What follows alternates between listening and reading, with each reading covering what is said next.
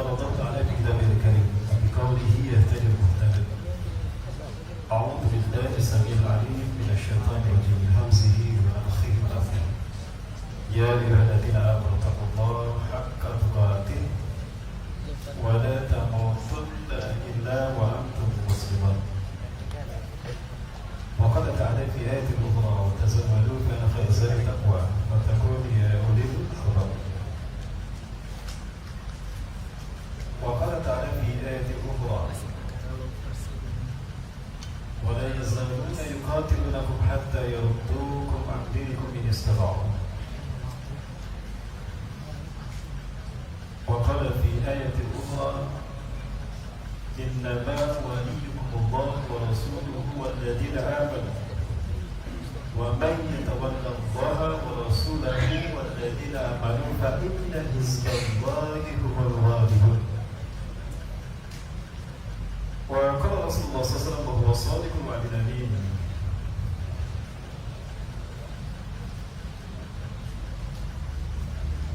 إنه لم تكن فتنة في الأرض منذ ذرأ الله ذرية آدم عليه السلام أعظم من فتنة الدجال. الحديث أو كما قال أو كما قال في حديث أخرى من قرأ 10 آيات من أول سورة الكهف أو في رواية أخرى وآخر 10 آيات من آخر هذه السورة عصم بالدجال. الحديث كما قال صدق الله العظيم وصدق رسول الكريم ونحو على ذلك من شيء. إلى حضرة الكرام الرئيس لقيادة عامل هذا المسجد مسجد نور اليقين رحمه الله، وإلى الوزير من أمة في هذه القرية أو في هذه المدينة وكان بيروت، وإلى علماء وزعماء المسلمين والمسلمات الحاضرين والحاضرات، أحييكم بتحية الإسلام. السلام عليكم ورحمة الله وبركاته.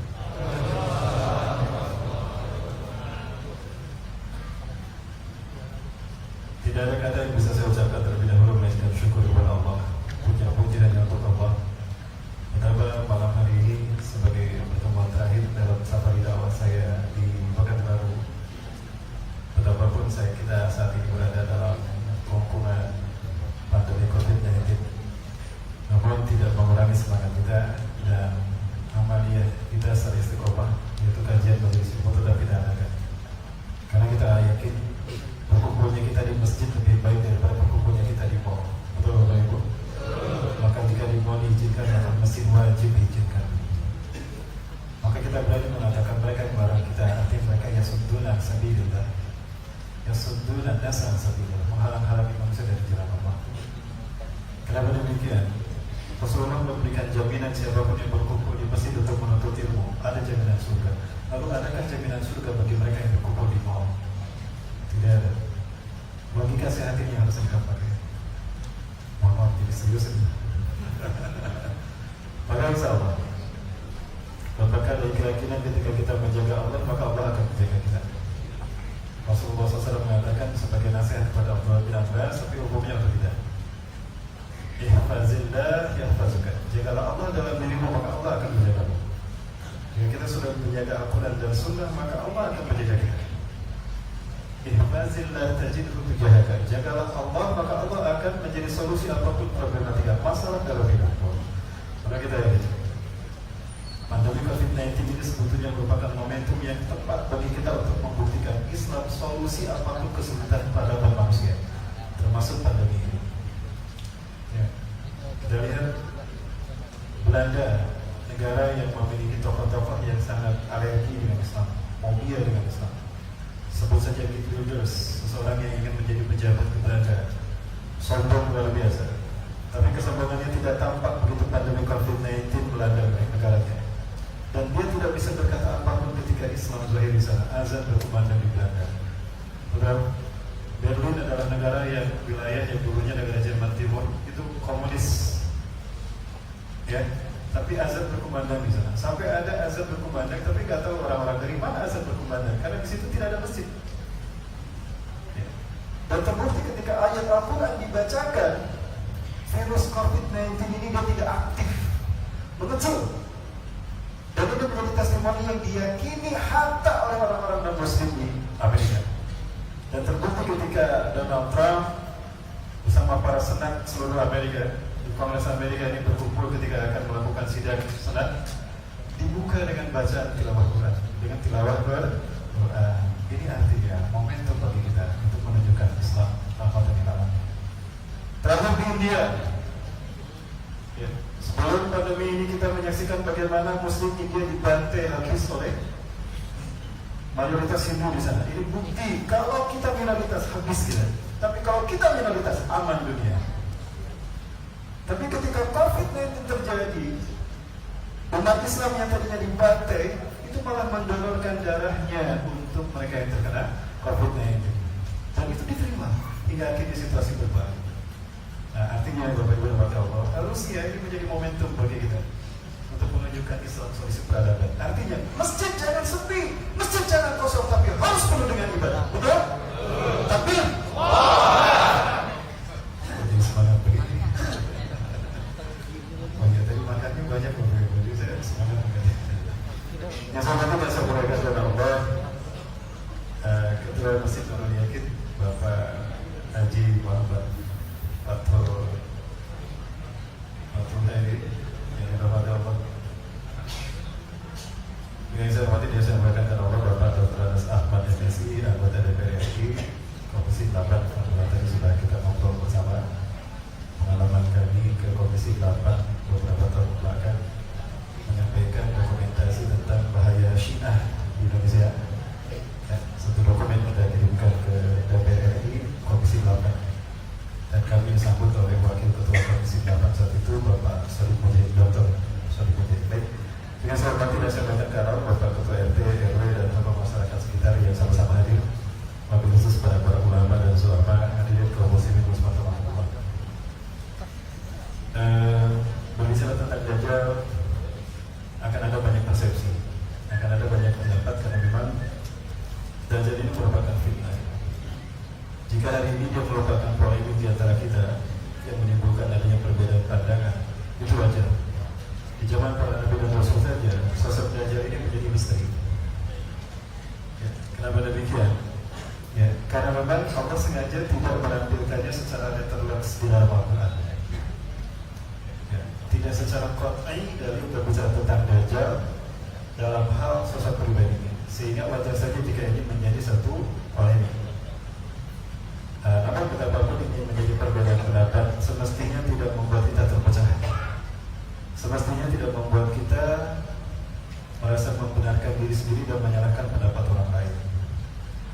Karena sengaja memang Allah jadikan ini sebagai polemik agar kita melakukan terus mentadaburi ayat Al-Quran, melakukan pendalaman tentang dalil-dalil dan referensi tentang Dajjal, sehingga sempurnalah apa yang bisa kita harapkan dari pemahaman kita tentang fitnah yang satu ini.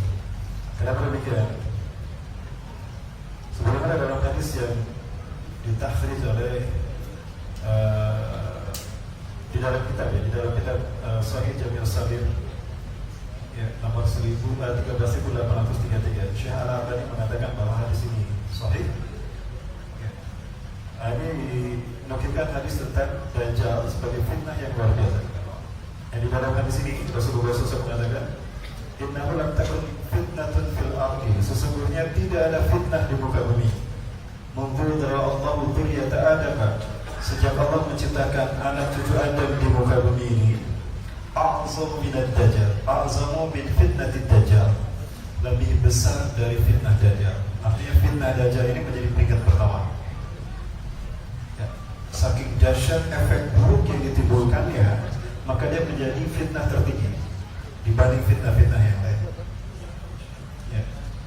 Wa inna Allah lam yab'as nabiyan, dan tidaklah Allah mengutus seorang nabi pun illa hadzara ummatahu ad-Dajjal. Tidak seorang pun nabi diutus, artinya sejak Nabi Adam sampai Nabi yang terakhir, melainkan mereka memperingatkan umatnya hati-hati dengan fitnah dan dengan Dajjal ini. Walaupun di zaman mereka tidak muncul, termasuk Nabi Adam kan. Berarti Nabi Adam juga seolah-olah meyakini, menganggap bahwa Dajjal akan muncul di zamannya, padahal secara fisik belum ada. Berangkat dari hadis ini. Ya. Jadi kalau hari ini menjadi polemik wajar Bapak Ibu, karena itulah yang disebut dengan fitnah. Maka yang lahir adalah interpretasi terhadap dalil-dalil ini, sehingga tidak menutup kemungkinan adanya perbedaan.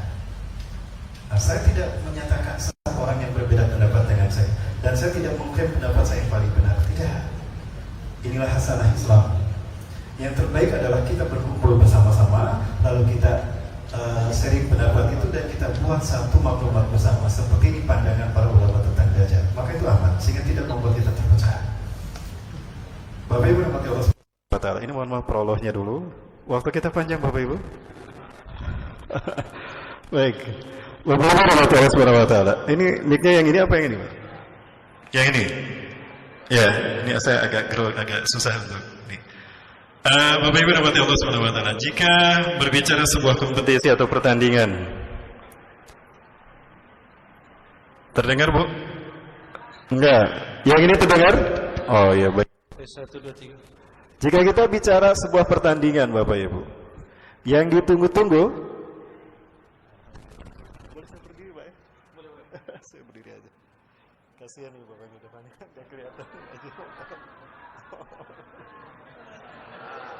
Ya baik. Bapak Ibu rahmati Allah SWT, apabila kita bicara tentang sebuah perlombaan atau pertandingan, babak yang ditunggu-tunggu, babak penyisihan, babak semifinal apa babak final? Kenapa babak final yang ditunggu-tunggu? Kenapa babak final yang ditunggu-tunggu?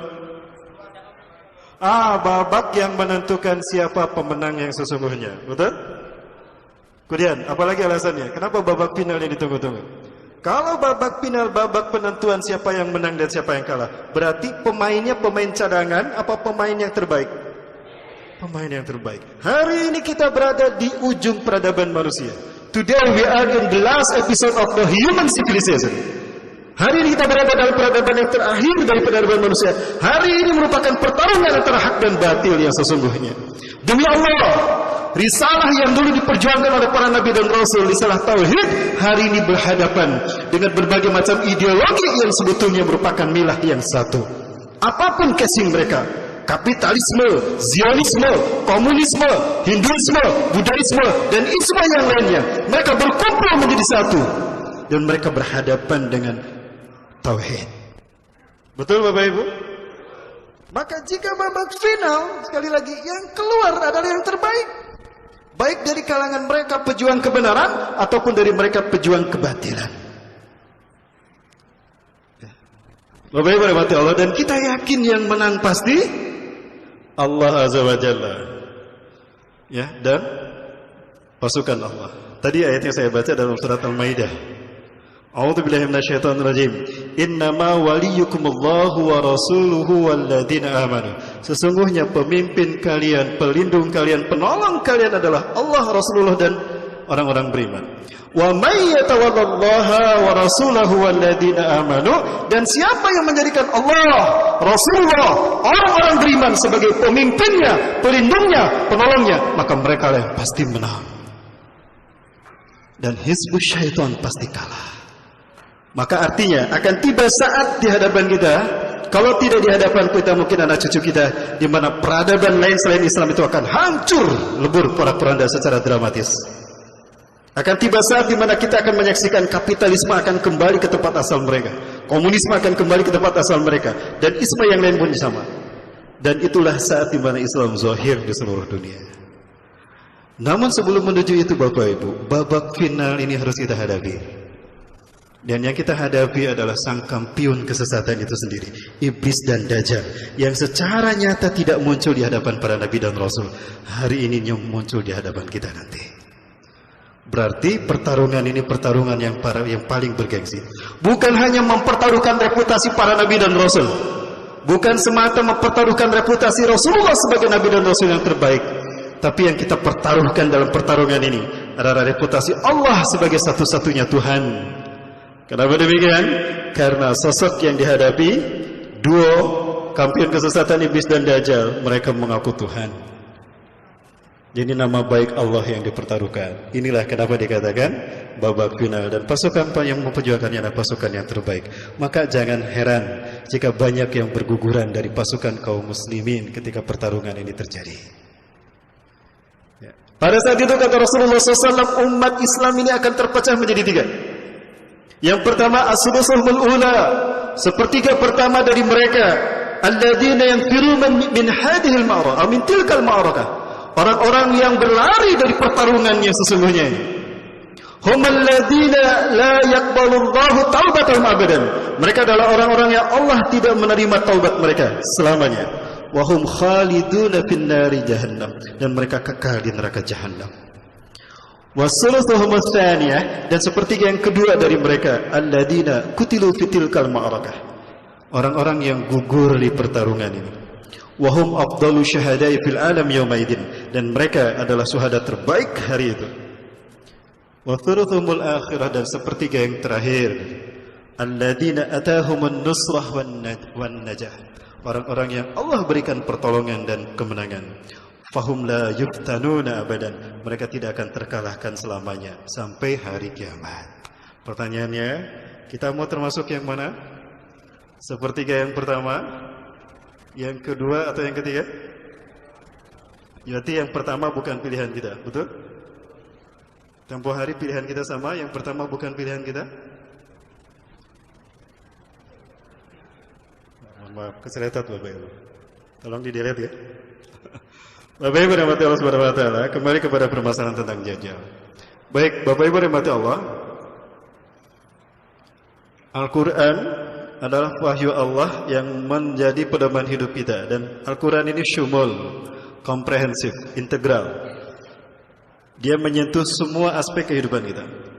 Maka hal yang terbesar dalam kehidupan kita dan hal yang terkecil yang paling remeh pun Allah sebutkan di dalam Al-Quran. Allah bahas, Allah ceritakan. Betul Bapak Ibu? Baik. Kira-kira hal apa yang paling remeh di dalam Al-Quran, tapi Allah yang paling sederhana di dalam Al-Quran, dan Allah membahasnya?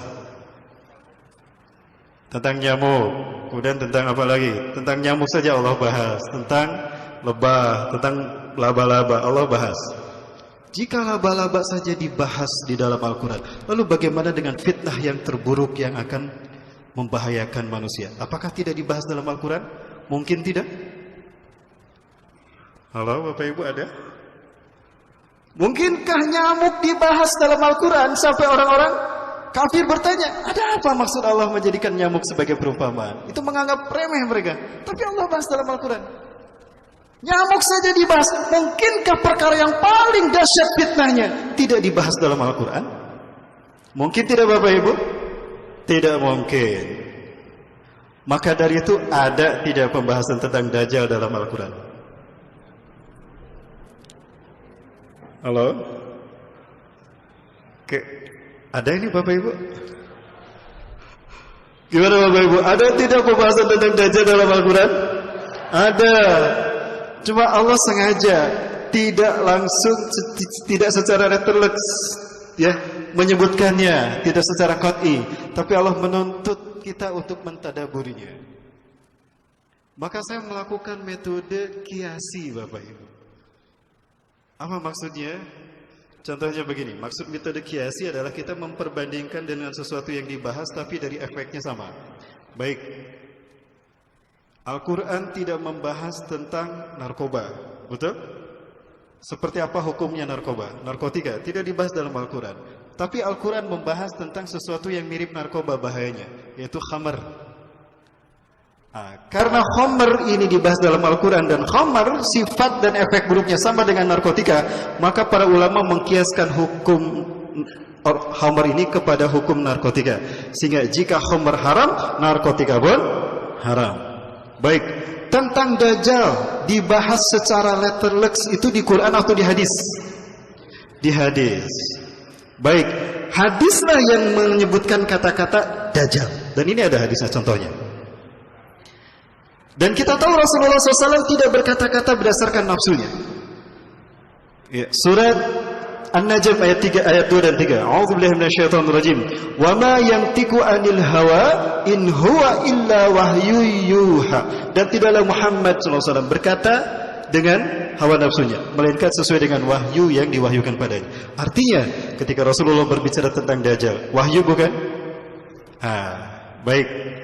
Dajjal disebutkan di dalam hadis Rasulullah. Ada kata-kata Dajjal. Di dalam Al-Quran ada tidak kata-kata Dajjal? Tidak ada. Kata-kata Dajjal ada dalam hadis, tapi di dalam Al-Quran tidak ada. Di dalam hadis ada kata Dajjal, di dalam Al-Quran tidak ada. Tetapi dibahas tidak Dajjal dalam Al-Quran? Dibahas. Dalam konteks apa dan kalau dia sosok, siapa sosoknya? Baik, kita lihat Samiri di dalam Al-Quran. Ada sosok Samiri dibahas dalam Al-Quran? Ada. Dan perilaku Samiri sama dengan perilaku Dajjal. Berarti salahkah jika saya mengarahkan perhatian saya kalau Samiri itulah Dajjal? Ini metode kiasi yang saya maksudkan. Kita bicara dulu metodologi, sehingga para hamba Allah silakan. Kenapa saya berpendapat seperti ini? Ini metodologi yang saya lakukan sejak 2001. Bapak Ibu rahmati Allah Subhanahu wa taala. Sebelumnya saya tidak pernah secara terang-terangan menyampaikan Dajjal, iblis, konspirasi, Zionisme, Kabalah, Illuminati, ya, di dalam takbir akbar seperti ini. Tetapi ada satu peristiwa besar yang membuat saya harus berbicara. Peristiwa apa Bapak Ibu? Hancurnya WTC.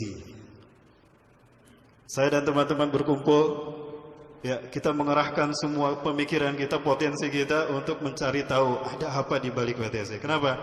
Pertanyaan saya, satu, kenapa terjadi di pagi hari? Kedua, kenapa harus tanggal 11 September? Ketiga, kenapa harus tahun 2001? Keempat, betulkah itu pesawat komersial? Mengingat pesawatnya tidak berjendela. Kalau pesawat penumpang dan katanya itu dibajak, harusnya ada jendelanya. Lihat pesawatnya, ada jendelanya tidak? Berarti itu bukan pesawat penumpang, bukan pesawat komersial, itu pesawat kargo, pesawat barang. Berikutnya, ada terlihat lampu menyala di bawah bodi pesawat, di lambung pesawat. Ya, pertanyaannya apa itu? Ketika diteliti ternyata itu remote control raksasa. Artinya pesawat itu dikendalikan jarak jauh dan dipastikan tidak berpenumpang. Lalu dari mana isu ada 19 pembajak dan itu Al-Qaeda? Tidak ada. Itu tidak benar. Kemudian Bapak Ibu, kok gambarnya begitu luar biasa? Seolah-olah kamera sudah siap-siap sebelum peristiwa itu terjadi. Betul, angle-nya bagus, angle-nya bagus. Seolah-olah wartawan sudah tahu akan terjadi peristiwa itu. Kemudian berikutnya, arsitek pembangunnya saja tidak mengerti. Kok bisa kapal merobohkan? Seberat apapun kapal terbang, itu tidak akan sampai merobohkan. Artinya, sudah ada upaya untuk memotongnya. Inilah pemikiran clue demi clue yang dibuat oleh Komisi 911. Satu komisi yang saya salut, berjuang untuk mencari to find who was behind in this disaster. Siapa pelakunya dengan sangat pure, jujur, tanpa tekanan siapapun. Kesimpulan mereka, WTC dihancurkan bukan oleh Usamah bin Laden dan bukan oleh Al-Qaeda, tapi oleh orang dalam Amerika sendiri. Itu hasilnya. Dan itu diumumkan tahun 2001. Tetapi mereka ingin menciptakan framing dunia bahwa umat Islam itu teroris. Al-Qaeda teroris, Usamah bin Laden teroris. Padahal ternyata 2019 muncul berita di media, Gina Haspel, dia adalah direktur CIA, dia mengatakan, kami meminta maaf kepada Tuan Usamah bin Laden dan keluarganya bahwa beliau tidak terlibat di dalam penghancuran WTC. Direktur CIA. Kok 2019 ngomongnya? Itu Komisi 911 sudah membuat hasilnya. Kenapa tidak dibaca? Ada kepentingan untuk menciptakan framing dunia. Kalau umat Islam teroris, kalau umat Islam radikalis. Padahal pelakunya adalah mereka sendiri. George Bush mengatakan dalam siaran persnya di White House, dia mengatakan, kami tidak memerangi Islam. We're not against Islam. Kami tidak menyerang Islam. Kami tidak menyerang umat Islam, tapi yang kami serang teroris. Betulkah yang mereka perangi teroris? Fakta yang saya simpan di laptop ini, yang mereka bantai adalah rakyat sipil dan anak-anak. Kalau mereka memerangi teroris, berarti sarang teroris yang mereka bidik. Teknologi mereka canggih dalam dunia perang. Tapi kenapa mereka salah bidik? Yang mereka hancurkan bukan sarang teroris. Yang mereka hancurkan masjid para Allah. Betulkah mereka bukan perang agama, bukan perang salib. Sebelum mereka melakukan penyerangan, mereka selalu melakukan kebaktian. Pendeta dan Injil ada di setiap titik di mana mereka melakukan penyerangan. Kemana fakta-fakta ini perginya Bapak Ibu? Inilah dahsyatnya mereka. Kenapa? Sistem Dajjal. Bapak Ibu, mohon maaf, penjelasan sejauh ini bisa diikuti Bapak Ibu? Agar kita jelas Bapak Ibu. Nah ini yang menuntut saya harus berbicara. Oh ada kebohongan besar. Baik Bapak Ibu, sebelum kita lanjut, ini ada satu tayangan yang tadi saya sampaikan. Ini saya dapatkan dari teman-teman dari luar negeri. Ya, teman-teman dapat dari ZGS. Kita lihat, kita amati Bapak Ibu. Bapak Ibu yang membutuhkan data silakan. Biar kita sama-sama bisa melakukan penelitian. Saya terbuka. Saya senang kalau data-data ini di-copy. Semua saya berikan. Kalau perlu satu laptop ini ambil datanya. Tapi jangan laptopnya. Saya cuma mau satu. Baik Bapak Ibu. Aduh mohon maaf nih saya membelakangi semuanya Pak Ketua. Mohon maaf.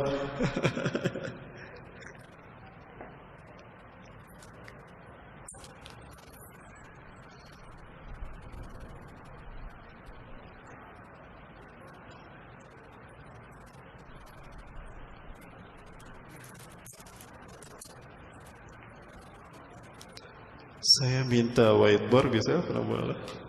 Bisa minta whiteboard? Baik.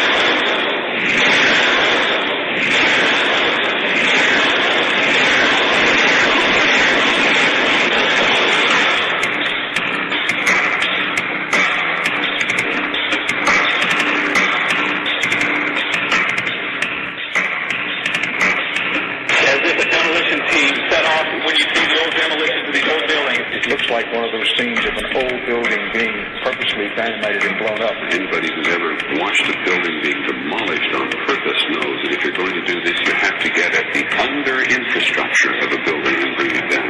The way the structure is collapsing, this was the result of something that was planned. It's not accidental that the first tower just happened to collapse and then the second tower just happened to collapse in exactly the same way. How they accomplished this, we don't know. The building collapsed to dust. You don't find a desk. You don't find a chair. You don't find a telephone, a computer. The biggest piece of a telephone I found was half of the keypad, and it was about this big.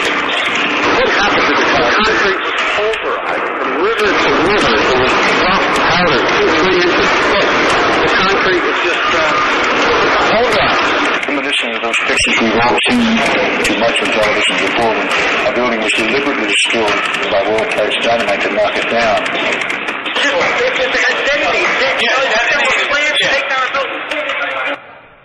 Boom, boom, boom, boom, boom. Kalau Bapak Ibu ini ada filmnya, ada 13 film. Dalam satu film Bapak Ibu akan melihat ternyata ada dinamit yang sudah dipasang di setiap tingkatan, dan ternyata tiang-tiangnya sudah dipotong membentuk miring sehingga dalam waktu yang singkat akan berjatuhan dalam secara simultan. Logis masuk di akal Bapak Ibu. Sempat mereka melakukan itu. Mungkinkah pesawat bisa merobohkan serapi itu seperti yang sudah dipotong? Tidak. Artinya sudah direncanakan Bapak Ibu. Oh ada hijackers, 19 hijackers, ada pembajak di sana 19 orang. Sampai dikatakan ini buktinya ada paspornya. Ketika paspornya diperlihatkan, rapi Bapak Ibu paspornya. Kok bisa paspornya bersih seperti baru diambil dari lemari? Sementara kalau paspor kan bisa disimpan di saku paling tidak, kalau nggak di tas. Harusnya terbakar kan? Kok rapi bersih?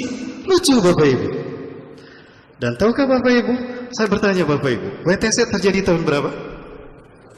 2001, 95, tahun 95 sudah dipublish isyarat kalau WTC akan dihancurkan. Nanti saya perlihatkan. Termasuk pandemi COVID-19 sejak tahun 95 sudah disebutkan. Maka saya bertanya, wabah atau konspirasi? Tadi kami bahas di siang hari. Saya bahas tadi siang hari. Aman? Aman saya bicara ini? Ada yang live? Nggak apa-apa, biar dunia tahu Bapak Ibu. Baik, pertanyaan saya. Bapak Ibu akan melihat keasingan demi keasingan di sini. Ya. Itu katanya saya. Kemudian ada seseorang yang menelepon kepada Kongres Amerika. Mohon maaf, itu kok foto saya ada di 19 pembajak yang mati semua. Ini saya masih hidup dan saya tidak terlibat Al-Qaeda dan saya rakyat biasa, profesi saya sebagai pekerja. Kok foto saya ada di situ? Mereka asal comot saja. Yang penting wajah Arab, nama Islam, cap saja teroris. Ini kebohongan dan ini framing media. Pertanyaannya, manusia dibohongi. Lalu siapa di belakang ini? Baik Bapak Ibu, kita mulai. Mohon maaf ini agak serius Bapak Ibu sekalian. Bisa diikuti Bapak Ibu? Lanjut. Saya butuh 3 pertemuan untuk membahas ini. Jadi sanggup sampai jam berapa? Sampai subuh. Saya tagih sampai subuh. Jam terbang saya besok jam 12.30. Kembali ke Bandung. Saya tagih sampai subuh ya. Baik, pertanyaan saya. Jam berapa WTC terjadi? Pagi hari kan? Catat pagi hari. Apa yang identik dengan pagi hari?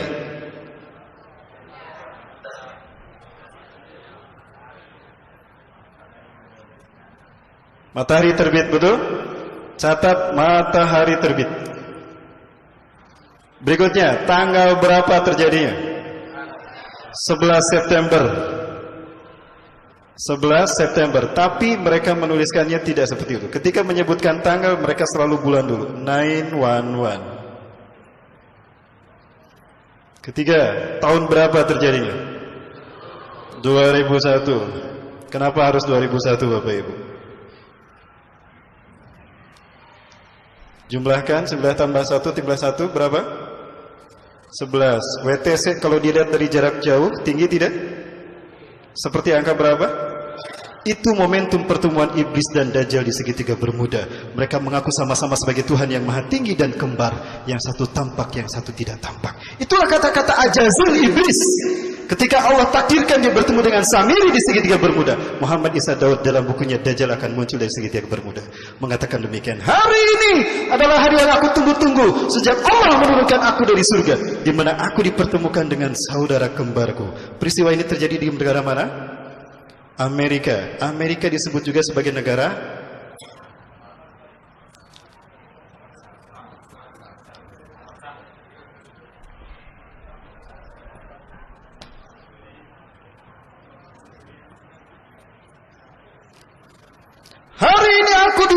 hari yang aku tunggu-tunggu sejak aku diturunkan dari surga ke dunia.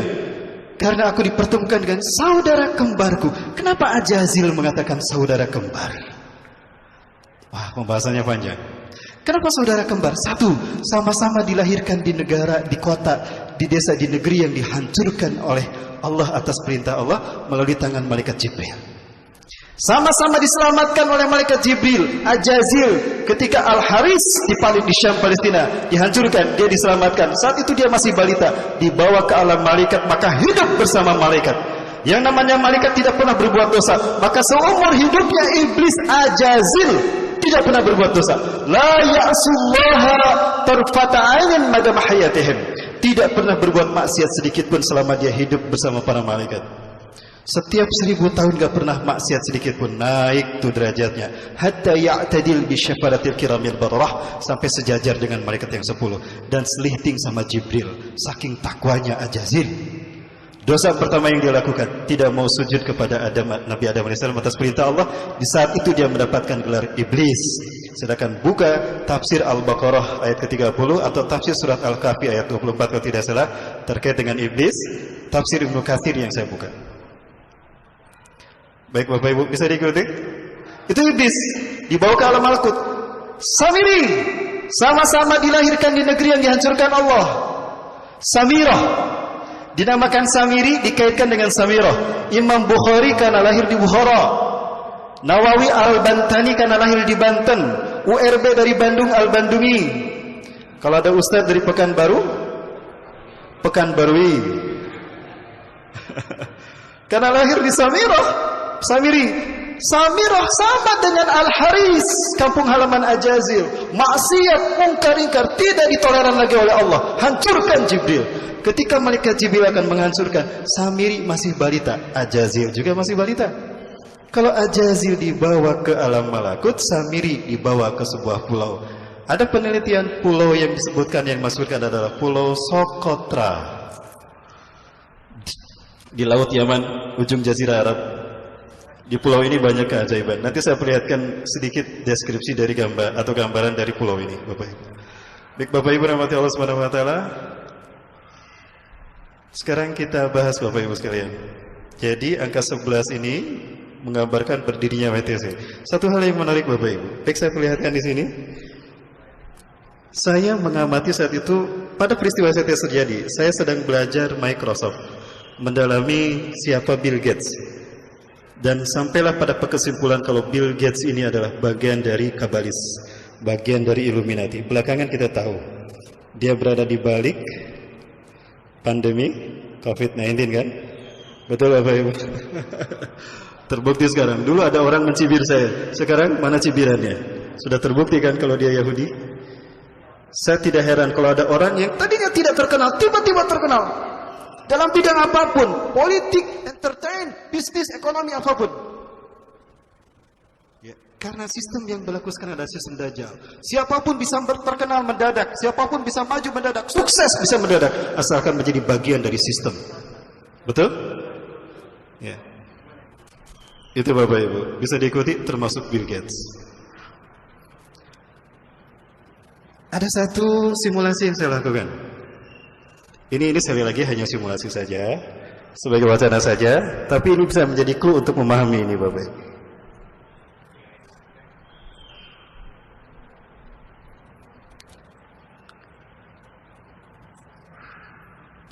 Bill Gates selalu menggunakan kode biblikal dalam Visual Basicnya ketika membuat fonts kode-kode huruf. Dan ini yang saya lakukan Bapak Ibu. Beberapa hari setelah WTC dihancurkan, ribut sebuah rumor di Boston. Ada seorang mahasiswa S2 dari Indonesia yang dosen, kakaknya itu dosen teman saya, cerita. Adiknya menyampaikan berita dari Boston. Kalau di Boston itu ramai seperti ini Bapak Ibu. Bahwa salah satu pesawat yang menabrak menara kembar, nomor penerbangannya itu adalah Q33NY.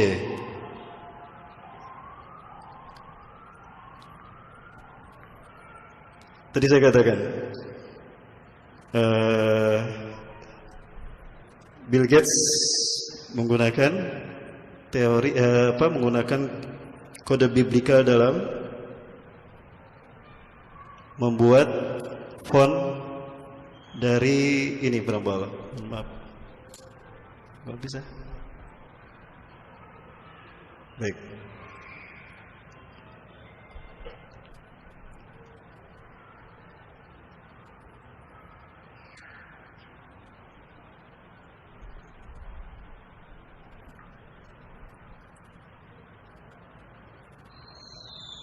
Tidak bisa diblok ya Mas ya?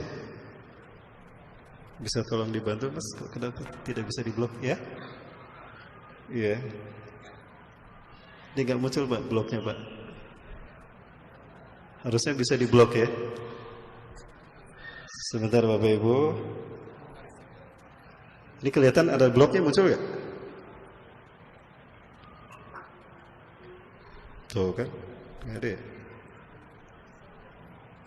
Mohon maaf Bapak Ibu, sebentar saya ulang kembali.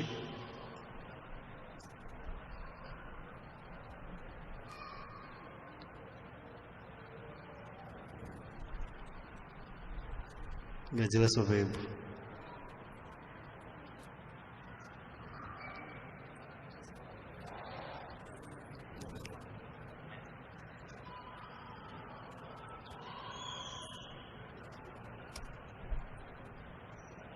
Baik, ini yang saya lakukan. Bapak Ibu,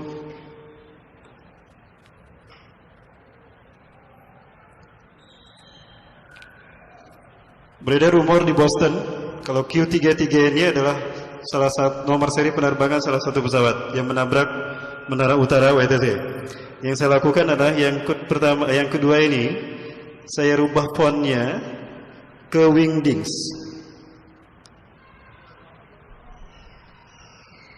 Bapak Ibu perhatikan apa yang terjadi. Kita rubah fontnya ke Wingdings. Nggak jelas Bapak Ibu, mohon maaf.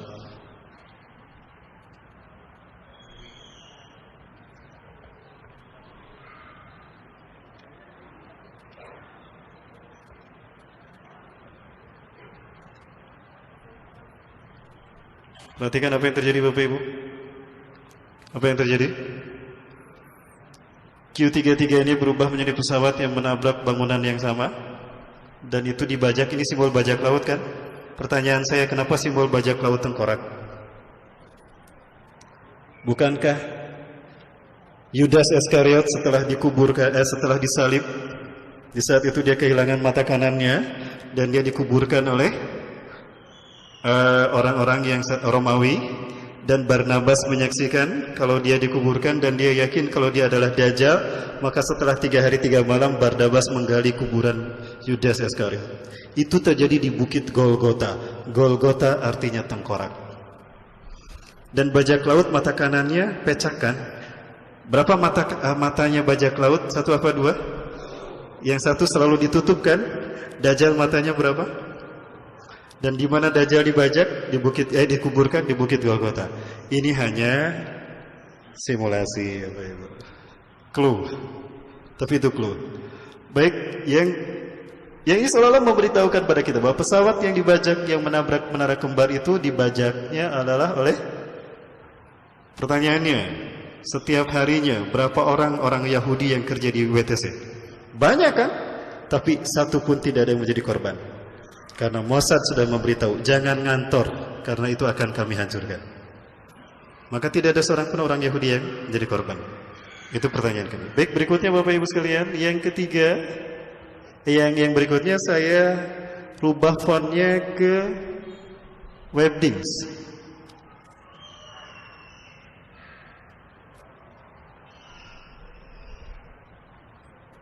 Kita lihat Wingdings. Mohon maaf saya agak gaptek Bapak Ibu ya.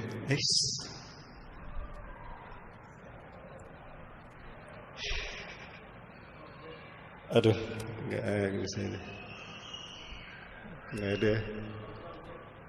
Udah kontrol Z Pak ini Pak. Ada tadi.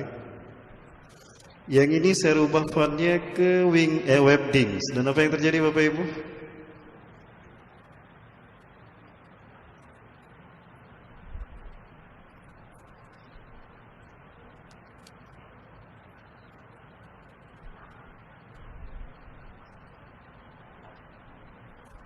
Dan yang terjadi, ini simbol Yerusalem, ada sinagog dan pohon Natal. Itu simbol Yerusalem kan?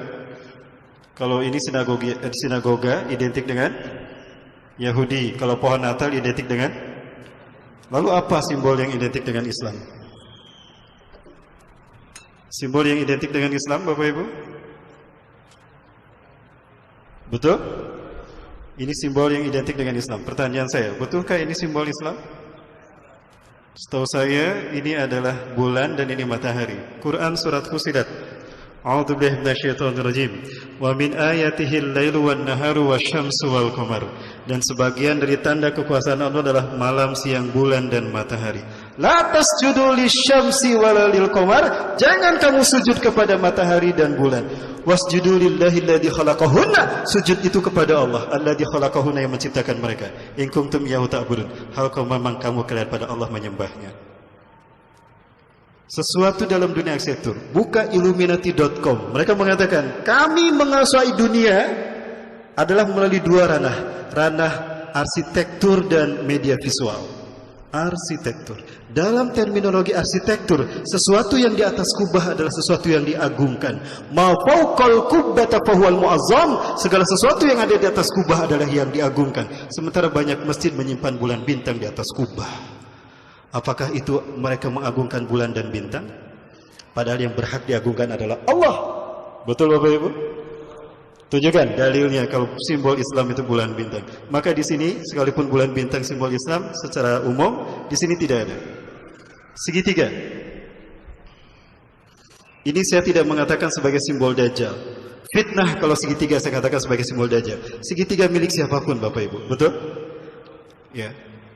Rasulullah SAW punya cincin. Buka kitab Sama'id Tirmidzi. Disebutkan cincin Rasulullah itu kalau ditekankan maka akan membentuk segitiga. Dan di dalam segitiga itu tertuliskan Allahu wahdah la syarikalah Muhammad abduhu wa rasuluh. Tauhid. Itulah alasan kenapa simbol FPI segitiga. Tetapi lain halnya jika segitiga itu seperti ini Bapak Ibu, atau juga seperti ini. Nah, ini masalahnya.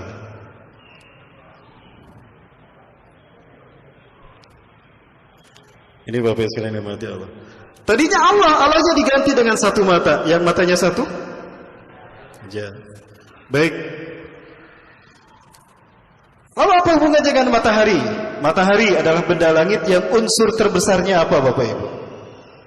Api. Baik, iblis bangsa jin bukan? Allah menciptakan bangsa jin dari apa? Dari api. Matahari, api. Dewa matahari. Siapa dewa matahari itu? Baik, kita buka Quran. Silakan Bapak Ibu buka Quran ya.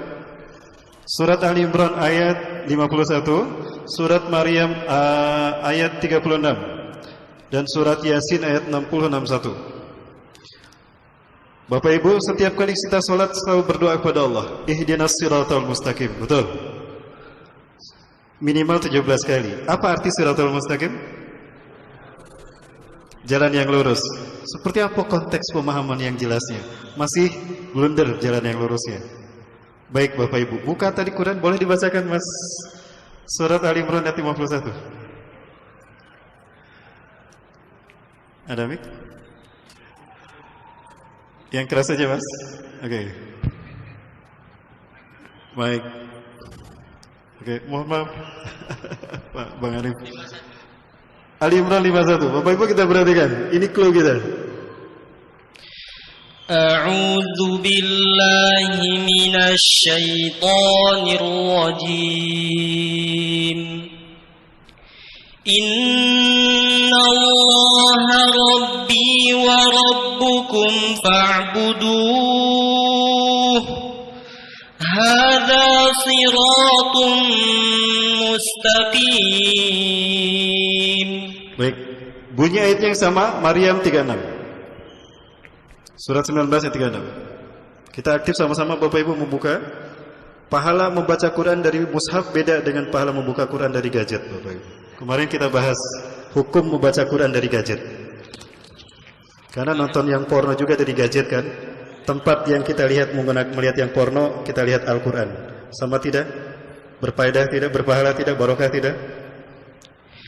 Wa inna Allaha rabbi wa rabbukum fa'buduh. Hadza siratun mustaqim. Baik, subhanallah. Ayatnya sama kan? Bunyinya innallaha rabbi wa rabbukum. Sesungguhnya Allah adalah Tuhanku dan Tuhan kalian. Fa'buduh, maka sembahlah Allah. Hadza siratul mustaqim. Inilah siratul mustaqim itu. Berarti arti maksud ketika kita membaca ihdinas siratal mustaqim, tunjukkan kami kepada tauhid. Betul? Berarti siratal mustaqim itu tauhid, menjadikan Allah sebagai satu-satunya Tuhan yang kita sembah. Tauhid rububiyah. Betul? Sekarang kita buka Mas, surat Al-A'raf ayat ke-16. Ini kata-kata Ajazil setelah dia menjadi iblis. Al-A'raf ayat ke-16. Surah ke-7 ayat 16. Dia menyebutkan siratal mustaqim.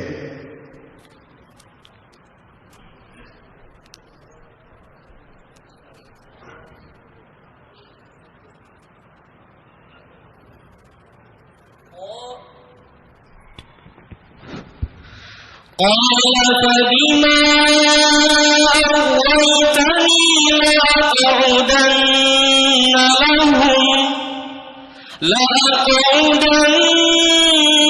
لهم صراطك المستقيم. Subhanallah, betapa cerdasnya Ajazil iblis. Ya, subhanallah. Maksudnya Allah. Dia berkata, kan Allah bertanya pada Ajazil ketika dia tidak mau sujud kan? Ma mana'aka an tasjuda li Adam idza amartuk? Apa yang menghalangi engkau untuk sujud pada Adam ketika aku perintahkan?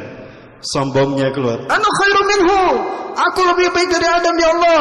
Khalaqtani min nar wa khalaqtahu min tin. Engkau ciptakan aku dari api.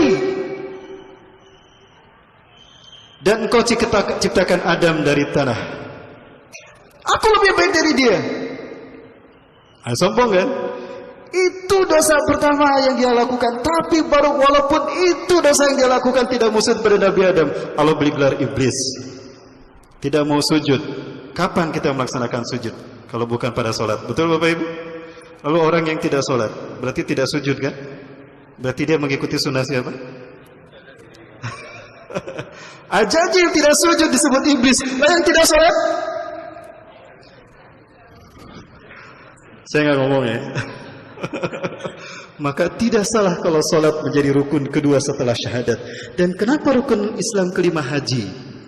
Ini adalah kaitan tauhid. Sholat parameter ukuran benar tidaknya syahadat seseorang secara individu. Haji ukuran benar tidaknya tauhid manusia secara komunal. Maka jika manusia tidak melaksanakan ibadah haji, hilang tauhidnya. Dan apa yang terjadi jika haji tidak dilaksanakan?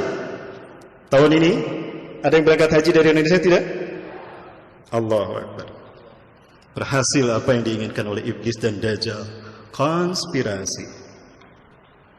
Tauhid Bapak Ibu. Inilah pertarungan akhir zaman Bapak Ibu. Unik Bapak Ibu ya. Unik. Allahu Akbar. Bisa diikuti Bapak Ibu? Mudah-mudahan ini menjadi jawaban bagi mereka yang menghujat saya di YouTube dan di Instagram. Ini jawaban saya. Saya lebih berharga dan lebih gentle jika kita duduk bersama. YouTube bukan punya kita. Instagram bukan punya kita. Betul. Siapa yang punya YouTube dan Instagram? Orang kafir. Dibikin orang kafir, digunakan orang Islam untuk menghantam umat Islam sendiri. Pantas tidak? Inilah invasi media melanda umat Islam. Dipecah belah, bahkan ulama diadu domba. Lebih terhormat kalau kita duduk satu meja. Yuk kita duduk bersama. Nah itu lebih baik agar umat tidak terpecah belah. Mohon maaf curhat Bapak Ibu. Nah iblis berkata, kalau Fatimah aku itu nih. Nah ini pun ada konspirasi dalam perterjemahan ayat ini. Dulu terjemahnya menurut saya benar. Qala iblis berkata, Fabima aghwaytani, karena engkau telah menghukum aku tersesat. Perbuatanku tidak mau sujud kepada Adam, kau hukum sebagai kesesatanku, aku terima. Tapi belakangan ada muncul peraturan transliterasi Al-Quran terbaru, maka semua Quran terjemahan berubah. Terjemahannya menjadi karena engkau telah menyesatkan aku. Silakan buka Qurannya, saya sudah menelitinya. Karena engkau telah menyesatkan aku. Samakah arti kata menyesatkan aku dan menghukum aku tersesat? Kalau iblis berkata karena engkau telah menyesatkan aku, berarti iblis tersesat, ada yang menyesatkan. Betul? Pertanyaannya, siapa yang menyesatkan iblis? Itu kesan yang ingin diciptakan dari terjemah itu. Maka Yahudi tidak mau menyebut Ajazil dengan iblis. Dia korban ketidakadilan Tuhan, tanda petik, kata Zionis Yahudi. Harusnya dia yang jadi khalifah di muka bumi, bukan Adam. Maka Ajazil diberi gelar yang terhormat oleh Yahudi. Apa gelar Ajazil dari Yahudi? Lucifer. Pernah mendengar Lucifer? Nah itu dia. Pengikutnya disebut Luciferian. Itulah yang berada di balik pandemi COVID-19 hari ini. Mereka mendapatkan keuntungan masif. Surat utang keluar dari setiap negara karena tanda petik tidak bisa menangani COVID-19, maka ngutang. Yang dapat untungnya siapa? Tadi orang yang saya sebutkan. Ini yang punya ini. Menarik keuntungan. Seperti orang menciptakan virus komputer dan saya punya antivirusnya, maka orang sibuk ingin menyelamatkan data mereka karena virus komputer terkena mengenai komputer mereka. Aku punya virusnya, antivirusnya, mau nggak beli sini? Maka mereka beli antivirus yang saya ciptakan, padahal virusnya pun saya yang menciptakan. Maka yang dapat uang siapa? Subhanallah. Itu Bapak Ibu, sederhana saja Bapak Ibu. Inilah konspirasi. Baik, bisa kemudian lanjut Bapak Ibu. Nah, terjemah yang benar adalah qala fa bima aghwaytani, karena engkau telah menghukum aku tersesat, aku akan menghalang-halangi manusia dari jalanmu yang lurus. Tadi Shiratal Mustaqim apa? Tauhid. Artinya, aku akan menjadikan sosok lain yang mereka sembah selain engkau. Akan ada sosok lain yang mereka sembah selain engkau ya Allah. Pertanyaannya, siapa sosok lain yang disembah selain Allah? Dewa matahari. Matahari, benda yang banyak apinya. Dan siapa yang Allah ciptakan dari api? Iblis. Artinya siapa sosok yang disembah oleh iblis? Yang disembah oleh manusia? Dewa matahari itu iblis. Dan matahari terbitnya di waktu pagi apa di waktu sore? Inilah momentum dihancurkannya WTC. WTC dihancurkan itu merupakan bentuk human sacrifices untuk the God who's waited. Pengorbanan pengucuran darah untuk Tuhan yang ditunggu-tunggu. Begitulah ritual yang dilakukan oleh peradaban kuno sekelas suku Maya, Akadia, Aztec, ya, kemudian suku Inka. Bukan peradaban masa lalu. Bapak Ibu, setiap dewa matahari disembah selalu ada pengucuran darah manusia. Pernah nonton film Apokalipto? Suku Maya diperbudak dan dikorbankan darahnya. Ada saya filmnya di sini. Hollywood merupakan instrumen Yahudi untuk melakukan cuci otak kepada dunia lewat dunia entertain. Inilah sistem Dajjal Bapak Ibu. Rapi tidak Bapak Ibu? Politiknya nyambung dengan entertain, nyambung dengan ekonomi, nyambung dengan finansial keuangan. Nanti kita bahas tentang uang, $1. Tentang uang kertas. Kenapa uang kertas sekarang berada di dunia di mana-mana dan dinar dirham tersingkirkan? Kita bahas nanti uang kertas Bapak Ibu, terutama $1. Banyak simbol dajjalnya di sana. Subhanallah. Jadi tidak ada ranah dalam kehidupan kita yang tidak disentuh oleh fitnah dajjal, betul? Maka Rasulullah mengatakan tidak ada fitnah yang lebih besar daripada fitnah dajjal. Termasuk di bidang kesehatan Bapak Ibu. Vaksin. Nanti keluar undang-undang setiap rakyat harus divaksin. Tapi saya tidak mau direkam untuk berbicara ini. Nanti saya ditangkap. Saya sedang membaca buku perang biologis. Sejarahnya dari dulu. Allahu Akbar. Sejak mereka datang ke Amerika. Dulu penghuni Amerika adalah suku Dayak, Indian, salah satunya Cherokee. Bagaimana orang kulit putih menghabisi bangsa Indian dengan pandemi. Mereka ciptakan pandemi. Habis tuh 50% dari penduduk Indian. Maka datanglah mereka ke Amerika. Jadi kulit putih bukan pendatang, bukan penduduk asli. Penduduk asli Amerika adalah bangsa Indian. Saya sedang membaca buku. Baca buku Deadly Mist karya Jerry DeGray. Bapak Ibu akan paham kenapa ada pandemi SARS, antraks, Ebola, dan flu burung terakhir COVID-19. Nanti akan ada virus-virus yang lebih berbahaya. Sekarang di Nigeria sudah terjangkit 48 jam langsung mati. Dan sudah hampir 200 orang meninggal dunia di Nigeria dalam 2 hari Bapak Ibu, tidak tertolong. Aduh, jadi nakut-nakutin saya. Saya tidak nakut-nakutin Bapak Ibu, tapi berbagi rasa takut. Karena saya tidak mau takut sendirian. Tadi kami bahas di masjid Ikhlas. Kalau itu antara wabah dan konspirasi, kita pandang dari kacamata kodo dan kodar, tauhid rububiyah. Ya. Ada tidak pandemi COVID-19 di waktu yang sama kita akan mati karena kematian ajal adalah takdir Allah, tidak dipajukan, tidak bisa dipundurkan. Andaikan tidak ada COVID-19, apakah tidak akan ada kematian? Tetap ada. Jadi kenapa harus ditakuti? Allah Akbar. Jadi kematian itu sudah Allah tetapkan. Jadi COVID-19 bukan penyebab kematian, tapi jalan kematian. Andaikan dokter menolak untuk merawat suspek COVID-19. Apakah mereka akan mati dengan COVID-19? Tidak, tapi tetap akan mati, tapi dengan jalan yang lain. Betul Bapak Ibu? Nah, ini tauhid Bapak Ibu. Kita sedang diuji tauhid kita. Tawakal kita kepada Allah. Nah, diuji iman kita tentang qada dan qadar. Tadi kami bahas tuntas di Masjid Ikhlas antara wabah dan konspirasi dalam kacamata qada dan qadar. Bapak Ibu bisa diikuti Bapak Ibu ya. Ini ambisi iblis. Jadi dia mengatakan akan ada sosok lain yang disembah selain Engkau ya Allah, yaitu dewa matahari. Pertanyaannya Bapak Ibu, bisakah iblis menyesatkan manusia? Tidak akan sempurna, hanya bisa berbisik-bisik karena dia tidak bisa menjelma. Tidak kelihatan kan? Wih, hati-hati ada setan menggoda kita. Ah, tenang. Orang tenang karena tidak kelihatan. Betul? Artinya iblis membutuhkan sosok nyata yang menjadi kembaran dia seutuhnya, yang orientasi dan ambisinya sama. Siapa dia kalau bukan Samiri? Maka ketika keduanya bertemu di segitiga Bermuda, membuat komitmen bersama untuk menyesatkan manusia. Iblis Tuhan yang tidak tampak dan Dajjal adalah Tuhan yang tampak. Mereka mengaku maha tinggi di hadapan manusia. Maka ketika mereka berdiri sendiri, terlihat seperti WTC gedung kembar kan? Dan itu angka 11.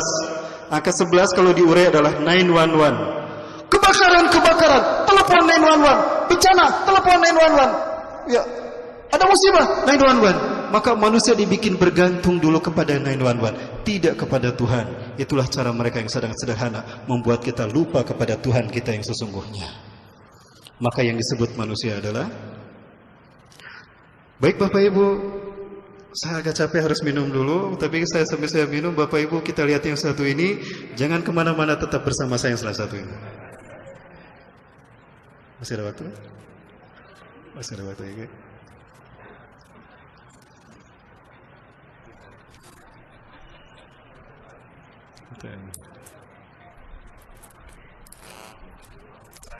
Sekarang jam berapa?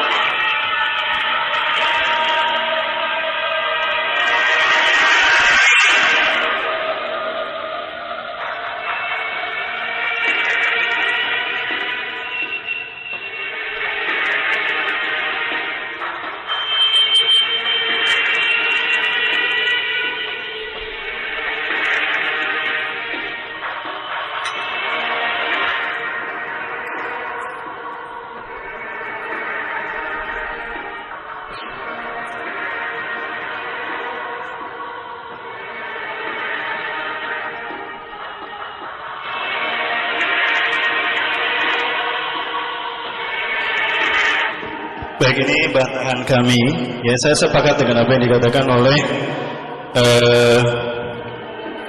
siapa? Harun Yahya, bahwa teori Homo sapiens, teori evolusi itu bohong. Manusia tidak diciptakan dari proses evolusi. Pithecanthropus erectus, Homo sapiens, mojokertensis bohong, Bapak. Kalau manusia merupakan hasil evolusi dari kera, kenapa kebun binatang penuh dengan kera sekarang? Kenapa mereka tidak berevolusi? Apakah mereka gagal berevolusi? Apakah Nabi Adam lahir melalui proses evolusi? Ya, Bapak Ibu. Allah ciptakan manusia fi ahsani taqwim. Baik, kita lihat peradaban zaman dulu. Teknologi mulai disentuh oleh manusia, ada dalam kehidupan manusia secara canggih. Itu di zaman Nabi Hud alaihissalam. Kaum Nabi Hud disebut kaum Nabatian. Ini faktanya, Bapak Ibu. Ini adalah penggilan bangsa Babilonia. Yang ibu lihat, bapak ibu lihat ini bukan semata-mata kendi, itu hanya casingnya saja. Tapi ketika dibelah ternyata ada katoda, ada tabung elektrolit. Artinya peradaban 2000 tahun yang lalu Babylon sudah mengenal listrik. Cuma casingnya tidak seperti ABC dan alkalin, bapak ibu. Seperti ini. Apakah ini dibuat oleh manusia kera, bapak ibu? Tidak mungkin. Tadi gedung-gedung yang bertingkat.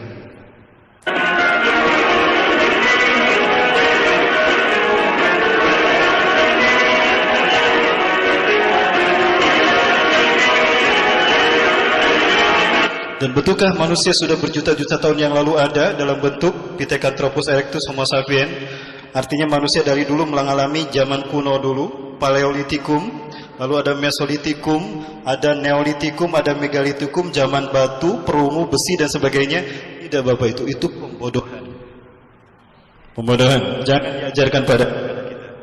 Yang harus kita ajarkan pada anak-anak kita adalah sejarah yang benar. Siapa yang berbicara tentang peradabannya manusia yang benar? Al-Quran. Kurikulum pendidikan tentang sejarah yang benar. Kurikulum pendidikan yang benar adalah kurikulum Al-Quran, Bapak Ibu. Ya, kurikulum Al-Quran itu yang terbaik.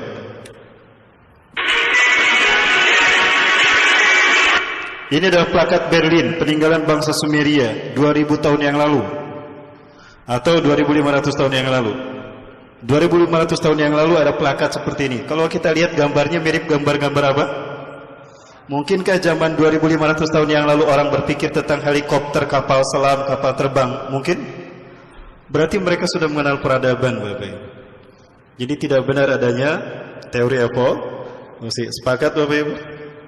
Sepakat. Ya, terima kasih.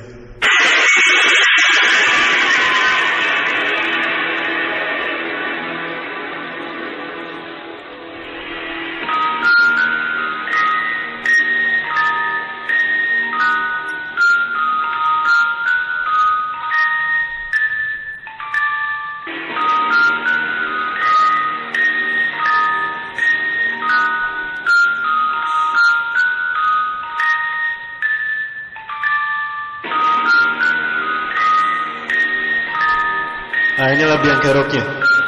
Mungkin cuma dia yang lahir dari proses evolusi, Bapak Ibu. Dia membuat bukunya The Origin of Species. Ya.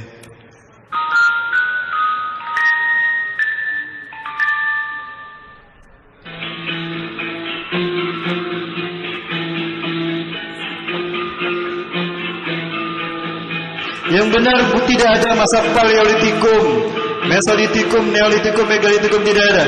Yang ada adalah masa Sulaiman, sesudah Musa, zaman para nabi. Itulah peradaban manusia yang sesungguhnya. Dan mereka semua Muslim. Di pertemuan pertama kita bahas pendapat pakar sejarah Israel, Profesor Moses Sharon, bahwa semua tokoh-tokoh sejarah Muslim people. Muslim figure, itu kata dia.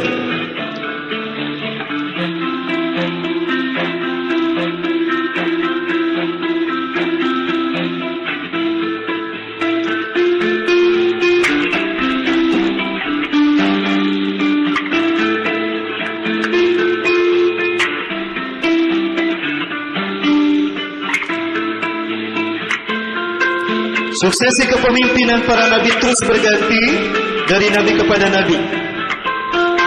Jailun ba'da jailin, generasi demi generasi, hingga sampailah kepada generasi yang terakhir, Rasulullah Muhammad SAW.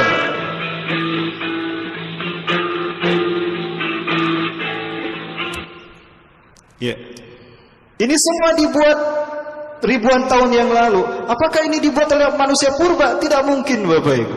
Ini orang-orang yang sudah cerdas, ya, orang-orang yang sudah mengenal teknologi. Tidak mungkin dibikin oleh manusia primitif.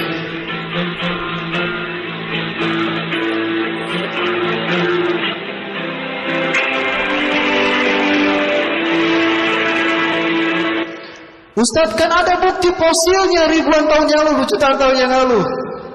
Baik Bapak Ibu rahmati Allah. Bapak Ibu masih ingat kisah kaum Nabi Musa yang dikutuk menjadi kera? Ada kan? Yang dikutuk menjadi kera.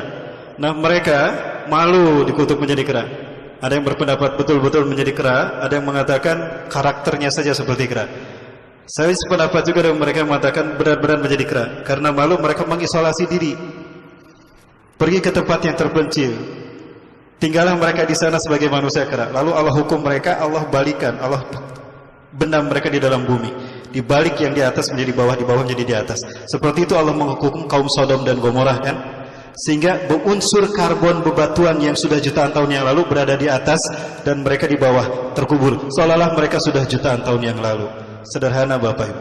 Kemudian yang kedua, jika memang manusia saat itu adalah Pithecanthropus erectus, manusia kera, kenapa fosilnya tidak di mana-mana? Kan manusianya ada di mana-mana. Betul Bapak Ibu? Logika sederhana saja Bapak Ibu. Mohon maaf Bapak Ibu, ini pendapat. Berbeda pendapat tidak apa-apa Bapak Ibu ya. Kita lanjut dulu.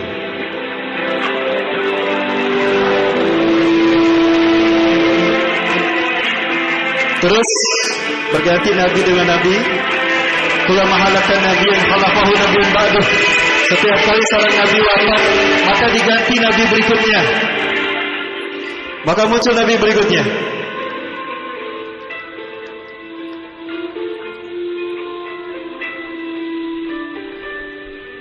Sampailah pada fase nabi yang terakhir, yaitu Nabi Muhammad SAW.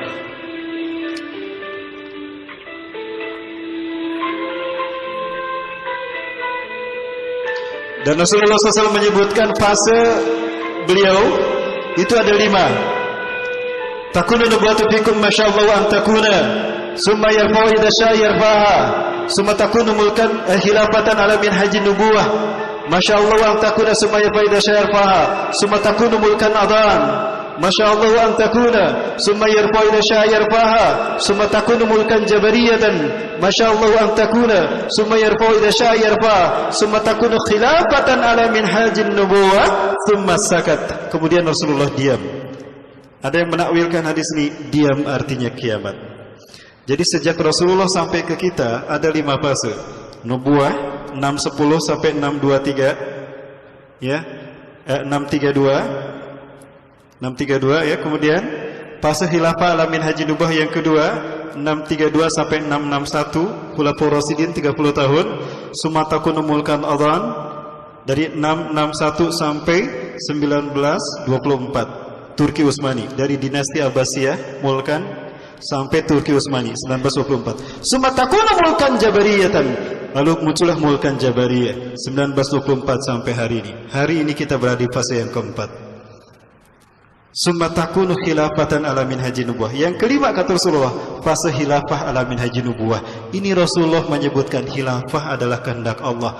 Maka seperti apa hukumnya orang yang mengatakan khilafahisme sama dengan komunisme? Baik.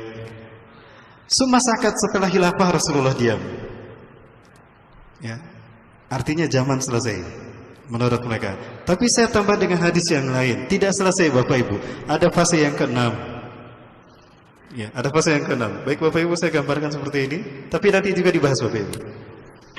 Nah, kemudian hadis ini nanti digambarkan secara diagram. Nah, Rasulullah menyebutkan ada 5 fase. Fase yang pertama fase beliau sendiri dan ini sudah berlalu.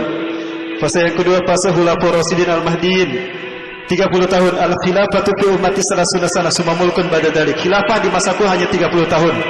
Setelah itu mulkan. Betul mulkan? Yang ketiga mulkan adhan. Dan ini pun sudah berlalu.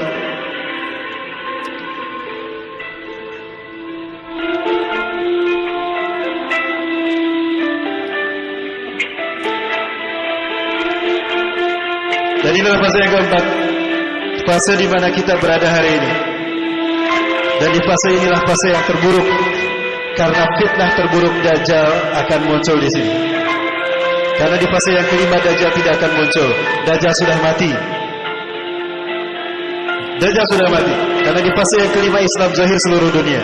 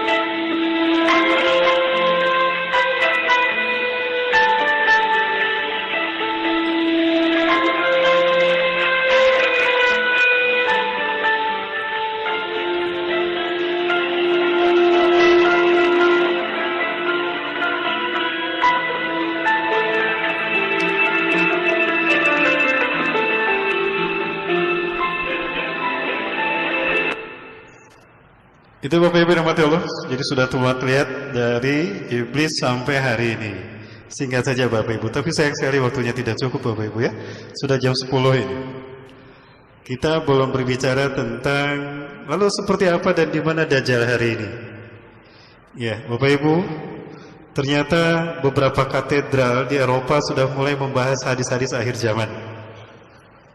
Mereka sudah mulai melek dengan kajian akhir zaman yang viral di seluruh dunia. Bahkan di Palestina itu ada Ustadz Syekh yang mengajarkan materi sama seperti saya.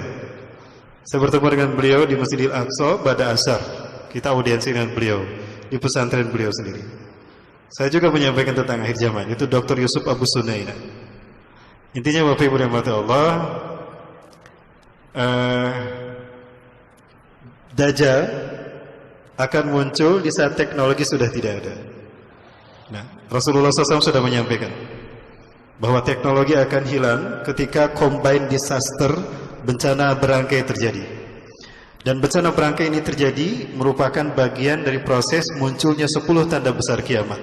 Mulai dari terbitnya matahari dari barat, munculnya dukhan, munculnya dabah yang bisa berbicara dengan manusia, kemudian munculnya Dajjal, turunnya Nabi Isa, munculnya Yajuj Majus, pembenaman bumi bagian barat, timur dan Madinah dan Jazirah Arab, terakhir api menggiring manusia dari timur hingga ke barat. Artinya dukhan terjadi setelah terbit matahari. Betul demikian. Karena dukhan inilah yang menandai hilangnya teknologi dari muka bumi. Seperti apa teknologi hilang dari muka bumi? Tunggu tanggal mainnya nanti bersama saya Bapak Ibu di jam tayangan sama. Bapak Ibu sekali lagi, pembahasan ini saya siap detail dari A sampai Z kita bahas peradaban manusia. Tapi saya butuh waktu banyak Bapak Ibu. Di sini saya tidak mungkin menjelaskan secara detail. Bapak Ibu sudah bubar satu persatu karena sudah jam 10 malam. Kalau saya siap sampai jam subuh. Baik, nah untuk melengkapi informasi yang saya sampaikan, alhamdulillah kami bersama Pemuda Akhir Zaman PAS, binaan Ustaz Saiful Bahri dan kawan-kawan, itu membuat stand. Bapak Ibu yang membutuhkan bukunya silakan. Itu referensinya Bapak Ibu yang saya gunakan. Ada banyak yang lain, tapi yang ini juga ada mewakili insyaallah. Di sana ada yang terbaik karya Dr. Muhammad bin Ahmad Al-Mubayyad, Muhammad Ahmad Al-Mubayyad, seorang syekh dari Syam. Itu yang jadi referensi utama bagi saya. Bapak Ibu rahmati Allah Subhanahu wa taala, jika Bapak Ibu berkenan ingin tahu detail dan terperinci dari A sampai Z, saya siap untuk bersama ibu-ibu. Bagaimana kalau ada daurah akhir zaman? Khusus aja 3 hari dari pagi jam 9 sampai maghrib atau sampai jam 4. Dari jam 9 sampai jam 4, 3 hari berturut-turut. Kita kupas daurah akhir zaman, kita adakan, siap? Nah, kita bedah dari peradaban A sampai Z, dari mulai Ajazil menjadi iblis sampai pertemuan Nabi Isa dengan Dajjal. Di mana pertemuan Nabi Isa dengan Dajjal? Baik, kalau itu boleh saya bahas? Saya butuh waktu 10 menit, boleh? Atau 15 menit karena ada satu film yang ingin saya perlihatkan. Baik, ini pembahasan akhir zaman. Ternyata gereja-gereja sudah mulai melek untuk membahas tentang akhir zaman. Ini dia Bapak Ibu.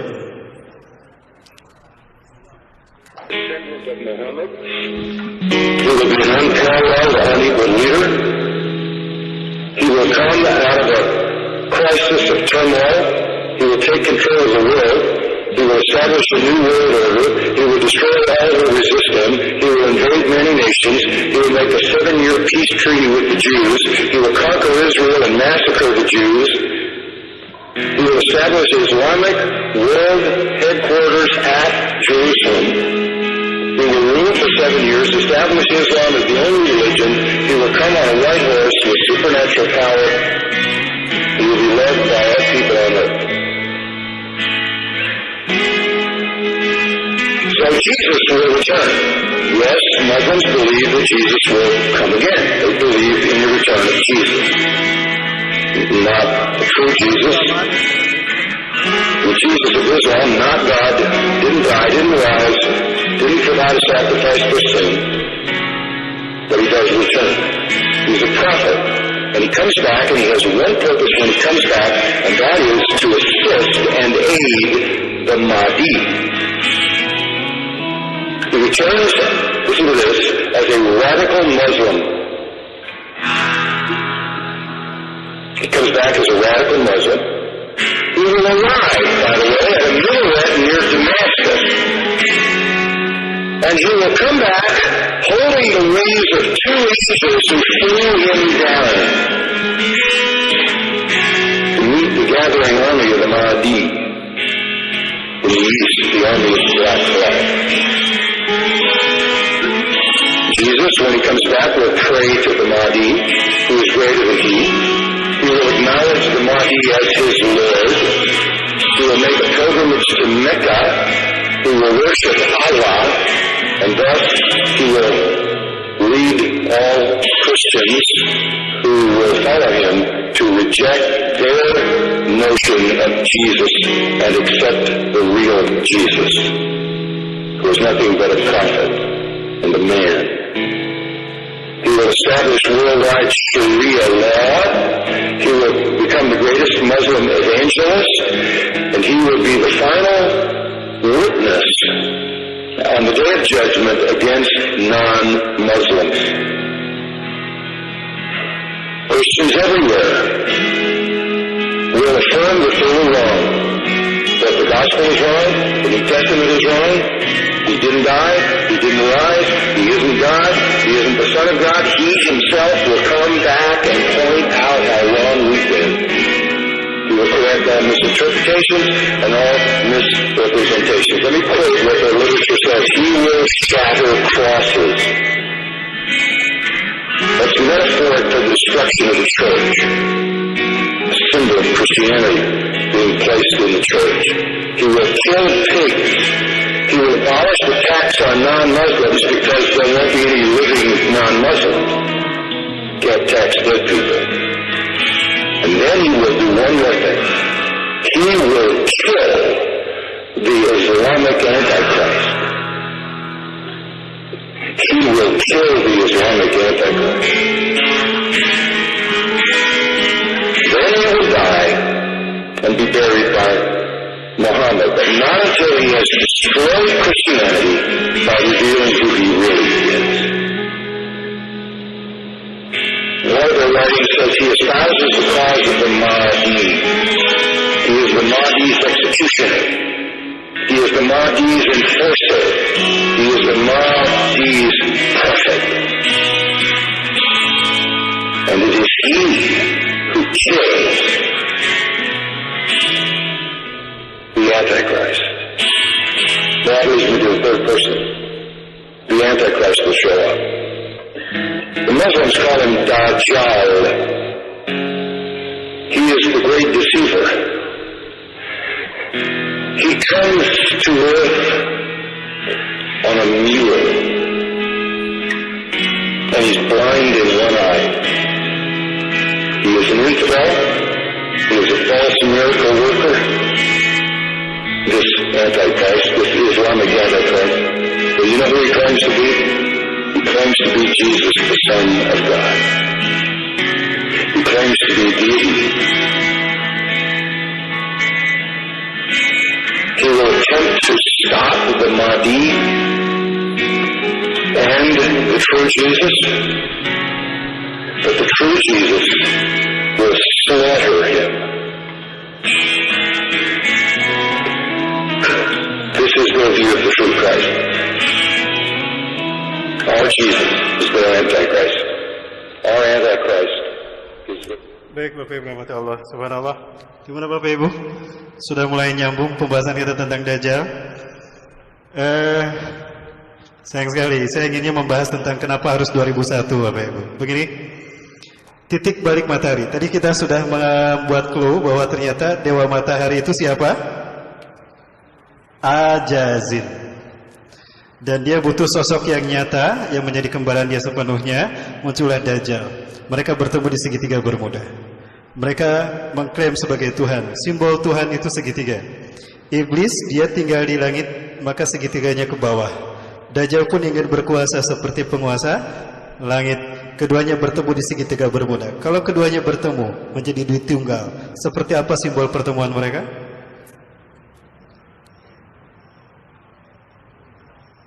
Ini dia Bapak Ibu. Dan kenapa harus berwarna biru? Filosofinya panjang. Ini yang dikatakan oleh mantan kepala BIN Z.A. Maulani, Allahu yarham, semoga Allah merahmatinya. Kami seminar bersama beliau, kami diskusi tentang konspirasi dunia, berangkat dari keyakinan Zionis Yahudi. Ini penelitian panjang sejak WTS sampai 2014 atau 2015. Dan terus kami melakukan penelitian Bapak Ibu. Dan kami share kepada Bapak Ibu sekalian, agar kita paham siapa musuh kita yang sesungguhnya. Dan jangan terkecoh oleh propaganda mereka. Salah satunya adalah COVID-19. Ketika flu burung terjadi, kami sudah menyampaikan ini. Dan Alhamdulillah Menteri Siti Fadila Supari berani untuk mendobrak. Tapi akhirnya beliau dipenjara. Saya pun dikriminalisasi. Inilah Bapak Ibu sekalian, perjuangan membela kebenaran. Tapi kita tidak boleh berhenti sampai kita menang atau kita sahid di jalannya. Betul? Yang kedua dan yang ketiga. Ya, baik Bapak Ibu rahmati Allah. Closing dari saya Bapak Ibu. Kita bedah peradabannya secara langsung, secara sederhana karena waktu kita tidak cukup.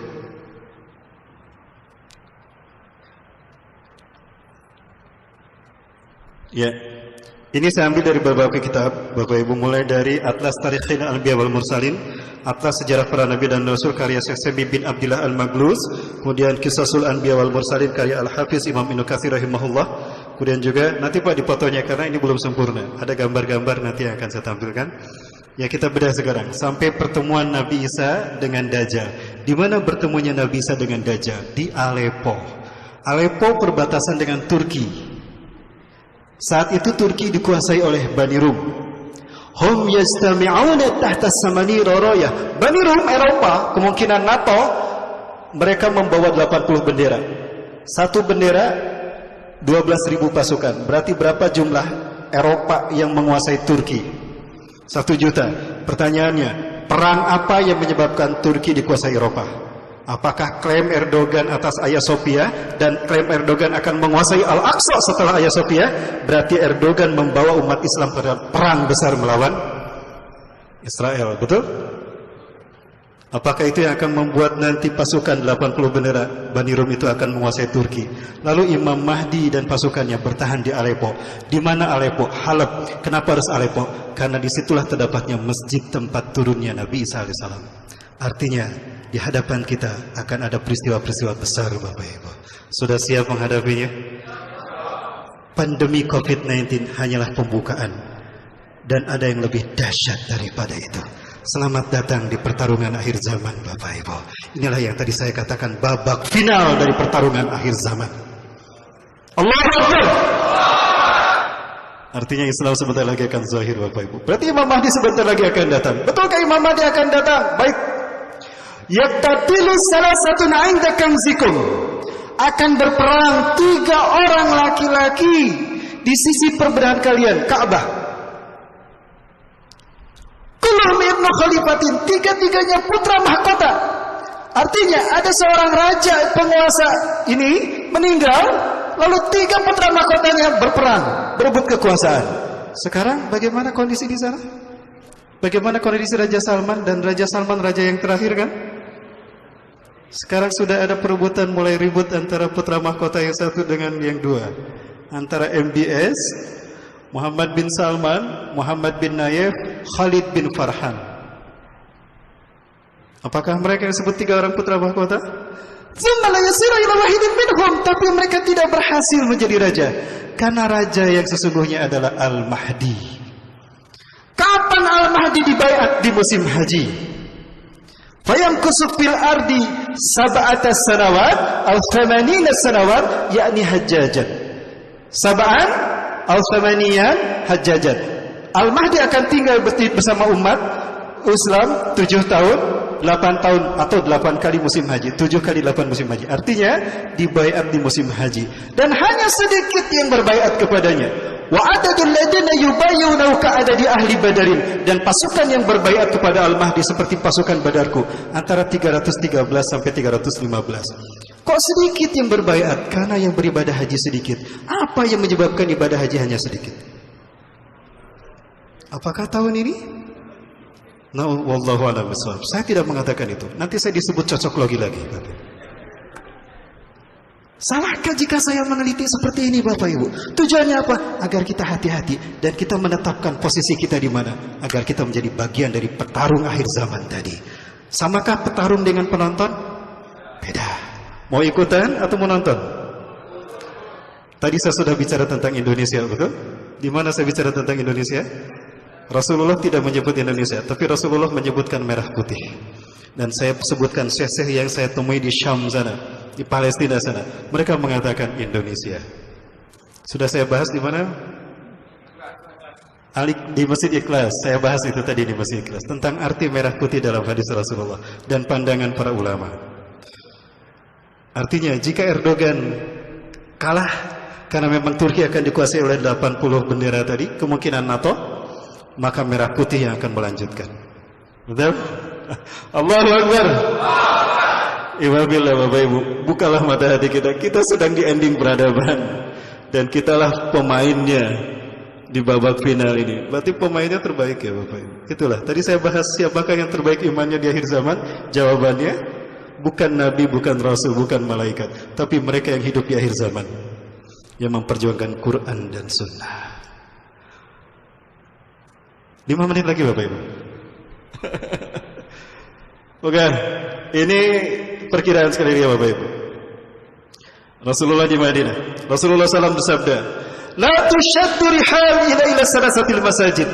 Jangan kalian berziarah dengan niatan ibadah kecuali pada 3 masjid. Al-Masjidil Haram, wa Masjidil Rasul sallallahu alaihi wasallam Nabawi, wa Masjidil Aqsa. Dan Masjidil Aqsa. Dan Masjidil Aqsa. Mekah. Kenapa harus Masjidil Haram? Karena Mekah adalah titik tolak dakwah tauhid dimulai Nabi Adam, disempurnakan oleh Nabi Ibrahim, Abul Anbiya. Dan kenapa harus Madinah? Madinah adalah titik tolak dakwah tauhid bagi Rasulullah SAW. Di saat Rasulullah tidak bisa mendakwahkan Islam 13 tahun di Mekah, hijrah dulu ke Madinah. Maka dari Madinah dibentuklah ummatan wahidah. Di Mekah hanya dibentuk syahsiah Islamiyah, individu-individu bertauhid. Tidak bisa disatukan karena penetrasi jahiliyah besar.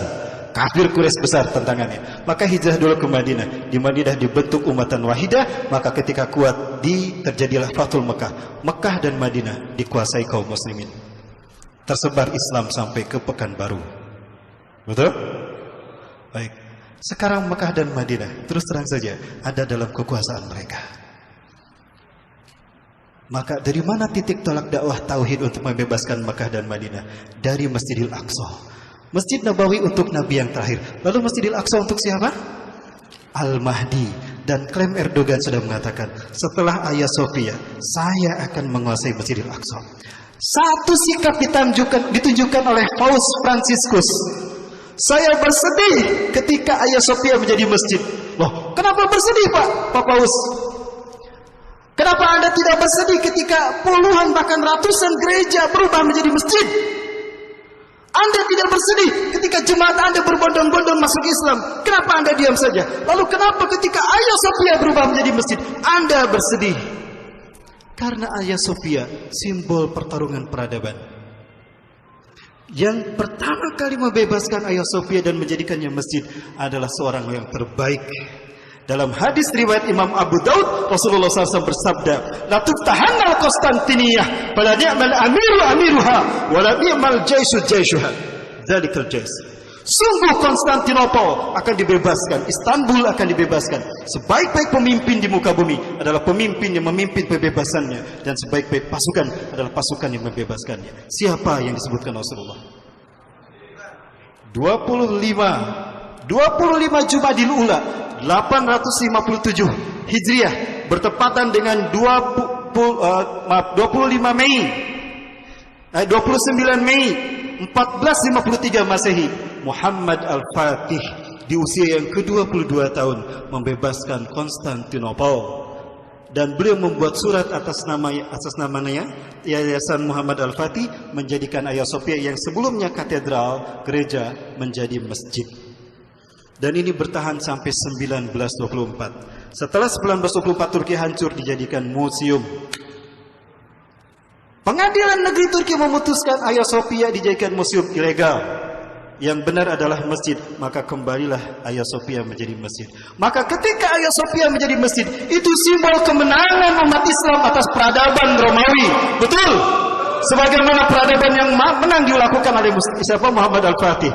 Menangnya Muhammad Al-Fatih, kalahnya kaum salibis. Itu Bapak Ibu. Jika sekarang Hagia Sophia jadi masjid, berarti kaum salibis kalah. Apakah ini tidak akan dibiarkan oleh mereka?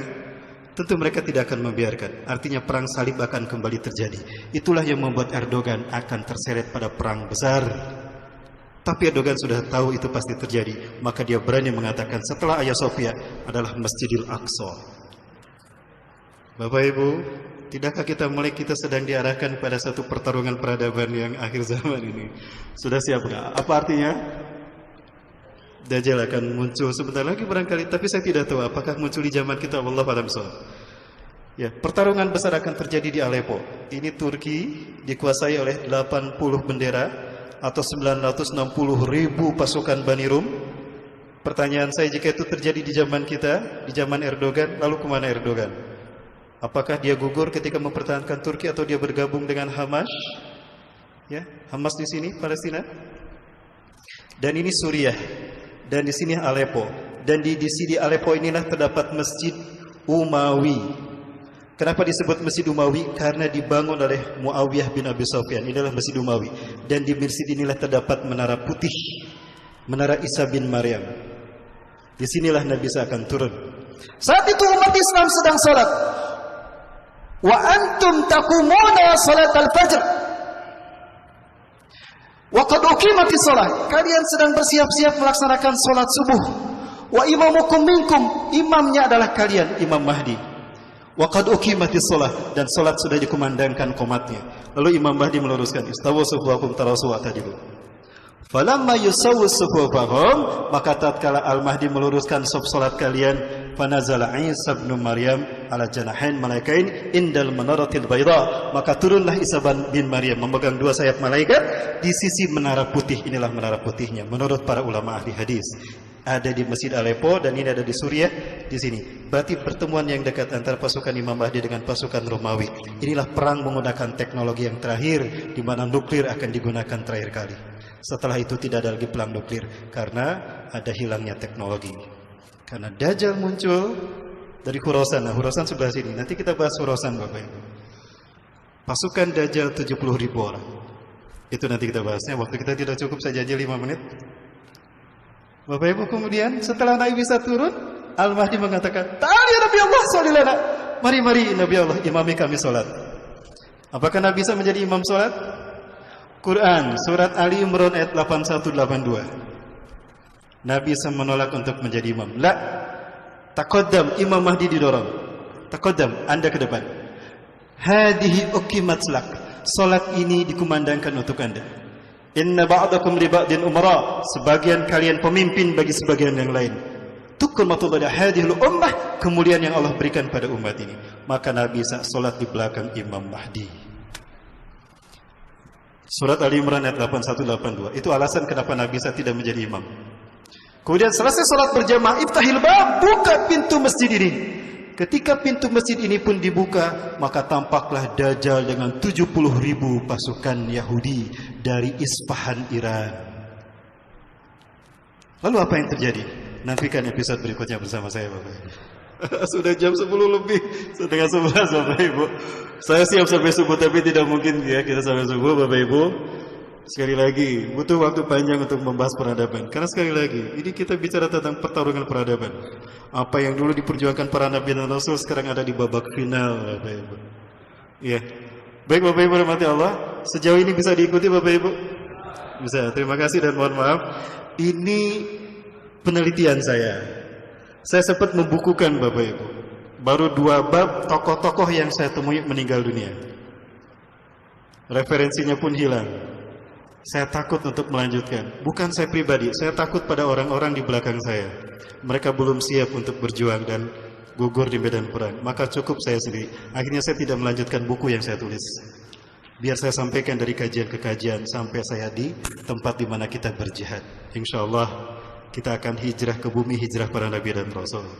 Maka jangan lupa, tekadkan dalam hati kita, ya Allah, berikan kesempatan kepadaku untuk hijrah ke bumi Syam. Karena itulah orang terbaik imannya di akhir zaman.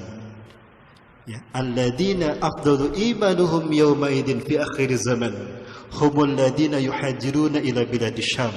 Mereka yang terbaik imannya di akhir zaman adalah yang hijrah ke bumi Syam. Apakah Pekanbaru harus ditinggalkan? nantikan jawabannya di episode yang akan datang. Terima kasih Bapak Ibu, mohon maaf sudah jam 10:30. Ini adalah pertemuan terakhir saya, makanya mohon maaf saya mengambil waktu panjang. Besok saya kembali ke Bandung, Jawa Barat, karena berikutnya saya harus ke Palembang, Bapak Ibu. Insya Allah, safari dakwah saya ada misi utama. Saya ingin menyeru para pemuda ini, karena yang akan menjadi pelaku kebangkitan Islam para pemuda. Ingat, para pemuda, latihan fisik, latihan pedang.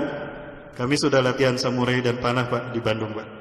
Kita latihan pedang, karena itu yang akan terjadi. Karena Islam akan zahir di saat teknologi tidak ada. Maka kita kembali kepada peran manual. Siapkan diri kita untuk menjadi pasukan yang terbaik. Mohon maaf Bapak Ibu apabila ada kekurangan yang sudah saya sampaikan. Itu hanya pendapat saya. Kita berbeda pendapat, silakan. Yang jelas kita tetap bersama, tidak boleh berpecah belah. Betul? Kita butuh persatuan untuk menyatukan NKRI. Baik Bapak Ibu yang dirahmati Allah, kita tutup dengan doa bersama-sama agar kajian kita ini berkah. أعوذ بالله من الشيطان الرجيم بسم الله الرحمن الرحيم حمدا شاكر حمدا ناعم حمدا يوافي نعمه ويكافئ مزيده يا ربنا لك الحمد كما ينبغي لجلال وجهك الكريم وعظيم سلطانك اللهم صل على سيدنا محمد صلى الله عليه وسلم بطيب القلوب ودوائها وعافية الأبدان وشفائها ونور الأبصار وضيائها وصلى على آله وصحبه أجمعين اللهم أنت ربنا لا إله إلا أنت خلقتنا ونحن عبادك ونحن على عهدك ووعدك ما استطعنا نعوذ بك من شر ما صنعنا نبو لك بنعمتك علينا ونبو بذنوبنا فاغفر لنا فإنه لا يغفر الذنوب إلا أنت اللهم اهدنا ووفقنا إلى الحق وإلى صراطك المستقيم بجلالك الكريم يا أكرم الأكرمين ويا أرحم الراحمين اللهم اعكس قلوب العلماء اللهم اعكس قلوب العلماء والزعماء والمسلمين من نومهم ومن غفلتهم العميقة واهدهم سبيل الرشاد اللهم أعز الإسلام والمسلمين واذل الشرك والمشركين وانصر عبادك الموحدين ودمر أعداءك أعداء الدين وقنا والمسلمين من شر مصائب الدنيا والدين اللهم أنقذ المستضعفين من المسلمين في سوريا اللهم أنقذ المستضعفين من المؤمنين في فلسطين اللهم انقذ المستضعفين من المؤمنين في رهية وفي أيغور وفي كل بلدان المسلمين عامة اللهم يا ذا القوة المتين اللهم يا ذا القوة المتين يا عزيز يا جبار يا حكيم ارفع هذا الوباء وباء فيروس كورونا من بلادنا هذا إندونيسيا خاصة ومن كل بلدان المسلمين عامة اللهم إنا نسألك رضاك والجنة وما قرب إليها من قول وعمل ونعوذ بك من النار ونعوذ بك من النار وما قرب إليها من قول وعمل اللهم إنا نعوذ بك من عذاب القبر ومن فتنة المحيا والممات ومن شر فتنة المسيح الدجال ربنا آتنا في الدنيا حسنة وفي الآخرة حسنة وقنا عذاب النار